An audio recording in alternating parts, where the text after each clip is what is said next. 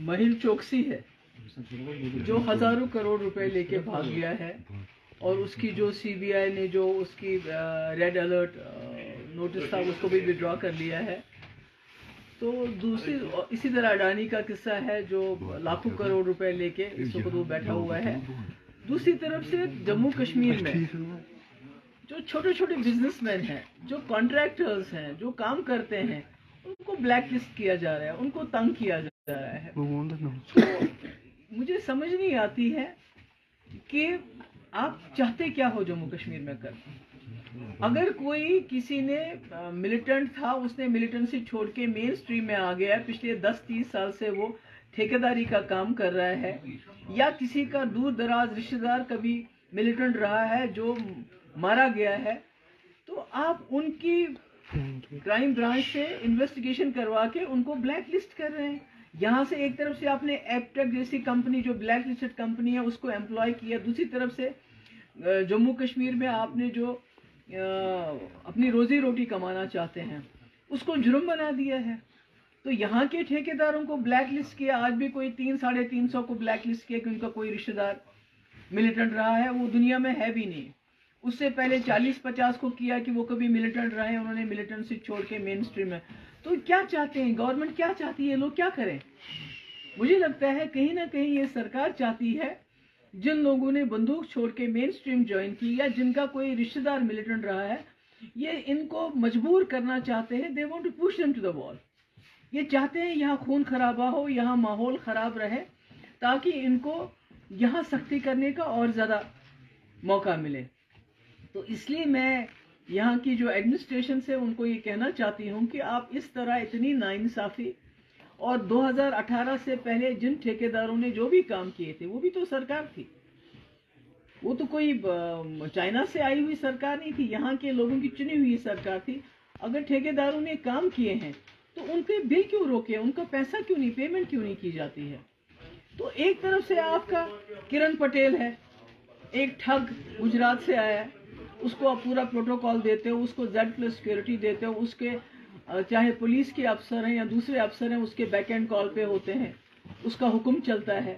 इसी तरह आपने यहाँ कई किरण पटेल बनाए हुए हैं जिनका मैं नाम नहीं लेना चाहती हूँ, जिनको पूरी अथॉरिटी दी गई है, उन्होंने दुनिया भर का पैसा यहाँ जमा किया हुआ है, और अब लोग उनसे पैसा भी वापस नहीं मांगते क्योंकि डर लगता है कि आप पैसा वापस मांगेंगे ये ठग हमें जेल में डाल देंगे। आपको पता है वो कौन से ठग है? एक तो ग्रेटर कश्मीर में भी काम करता था, ऐसे कई लोग हैं। एक तो यहाँ चश्माशाही में उसका 3-3.5 करोड़ रुपया तो उसका किराया बनता है। ऐसे कई ठग हैं जिनको ये पैट्रनाइज करते हैं।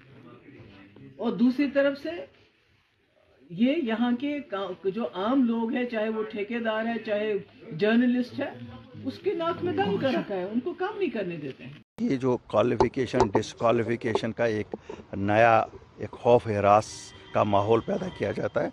मेरी लेफ्टिनेंट गवर्नर साहब से गुजारिश होगी कि लेफ्टिनेंट गवर्नर साहब, जो आपके अफसरान हैं शायद खौफ हरास का माहौल कायम करना चाहते हैं। कश्मीर में अमन हुआ है सबकी मेहनत से, लोगों के मेहनत से। लोगों ने पिछले 3 साल में बहुत कुर्बानी दी है इस अमन के लिए। आपने बड़ी मेहनत की है, मैं तो इंतज़ामिया को भी कहता हूँ, उन्होंने भी मेहनत की है।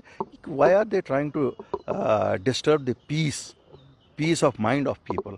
जो लोग रिहेबिलिटेट हुए हैं, अब हर एक को किसी को कहते हैं तुम्हारा बाप दादा पोता कोई था मिलिटेंसी के साथ था। ये शेर और बकरी का किस्सा कब तक चलाएंगे? अली साहब, ये this is not what is known as new Kashmir. नया कश्मीर का ये मतलब नहीं है कि सबको बेघर करना है, सबको आपको डरा के ही रखना है, धमका के ही रखना है। मुझे तो नहीं मालूम है कि आप किस नज़रिए से इसको देख रहे हैं। मेरी गुजारिश होगी कि आप ज़रा इस पे देखिए, और शायद अफसरान अपने आप को more loyal than the king prove करना चाहते हैं। This won't be allowed. ये तो अलग चीज़ है।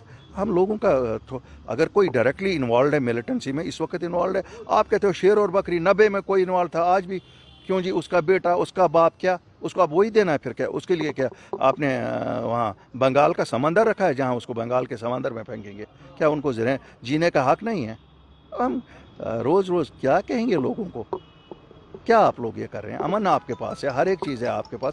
अगर कोई 20 साल 25 साल पहले किसी को, उस वक्त एक माहौल वैसा था। आप आज आए हैं, आप 2020 में आए हैं, आप 2000, काश आप 2000 पहले की पोजीशन जानते, काश आप 1990 91 92 की पोजीशन जानते। जो लोग अब जिन्होंने छोड़ दिया है, जिनकी जहनों में तब्दीली आई है, यही तो मकसद था जहनों में तब्दीली लाने का।